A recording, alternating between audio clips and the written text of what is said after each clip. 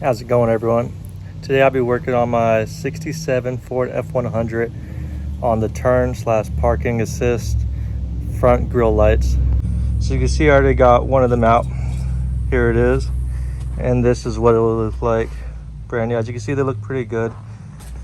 However, so the guy I bought it from went with an AAW wiring harness, but he left all the hack job wiring in there and just spliced into it.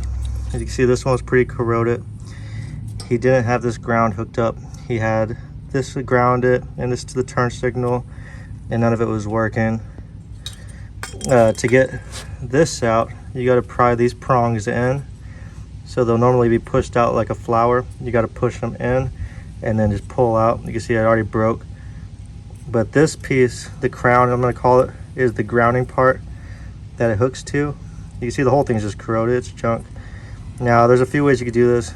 You could buy a new built housing. They're about $30 a piece or $100 a set, which is a weird combo. But that's what I've been seeing all online. Or you could try and find a new one of these connectors and just pop it in. I'm gonna install a modern day connector and get rid of this one because they're known to corrode.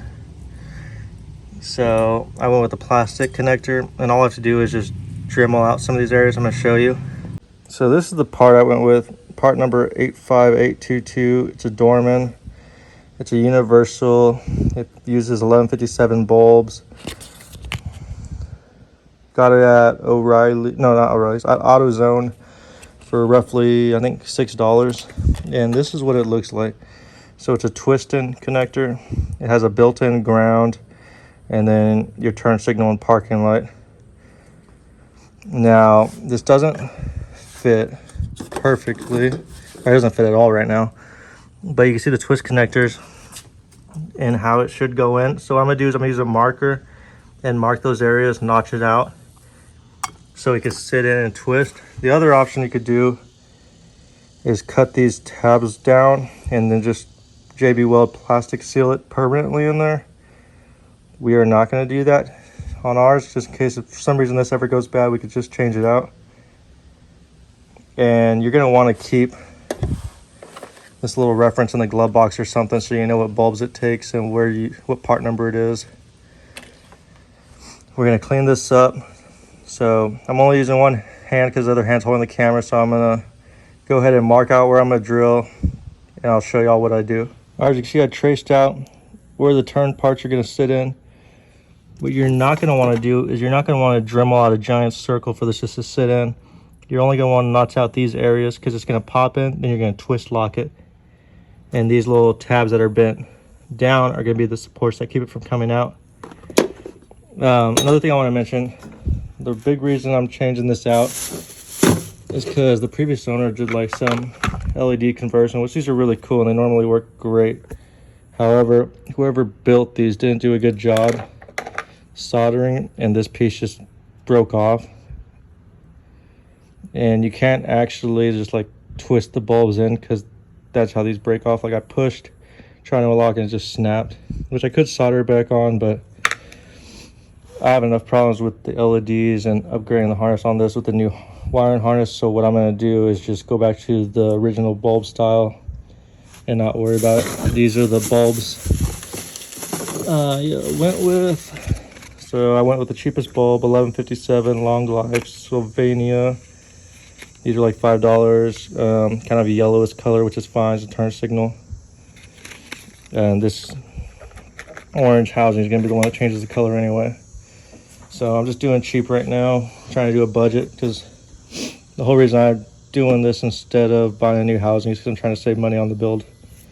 So we'll see. Hopefully it helps y'all out in the long run too. It's kind of a roadkill build, but it runs really good. So let me go ahead and notch this out. I'm going to use like a little Dremel bit.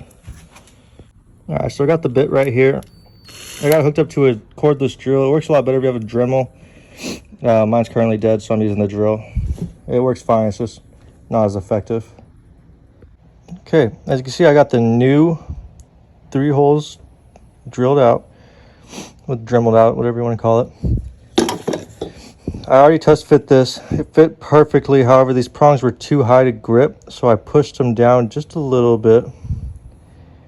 And then this plastic ring, the outside ring, was like a hair, not even a hair too big, but barely was too big. So I just went through with the light sandpaper and just sanded it out, get all those burrs out. And now as you can see, you see what I'm talking about in there. So now when they're all aligned, see, it goes right in. See if I can lock it with one hand. Yep, now it's locked. You can see the prongs are all in there. I need to push this one further down, but this one's touching. These two are touching, and now it's in. Like now I'm pushing against it and it won't even come out. So it's in there good. And honestly, like even before I put the prongs in there, it was a snug fit. So now you have a modern day turn signal in your 66 to 69 F100. You can't beat that. So I'm gonna take this back out, clean up this rust, paint it, wire it back up and install it. All right, I got it sanded pretty good. I'm gonna be using this primer slash sealer to keep the rust away. I think I got this at Walmart. Okay, so now I got the part just on an old drum. I'm just gonna lay down a few coats.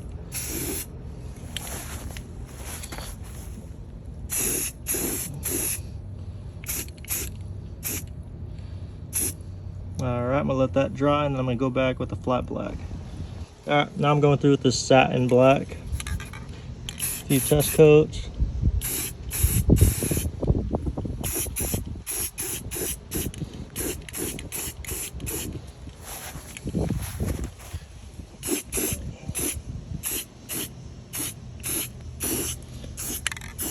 And we're not going for perfection because this will be covered up by the lens anyway, and this is the back part.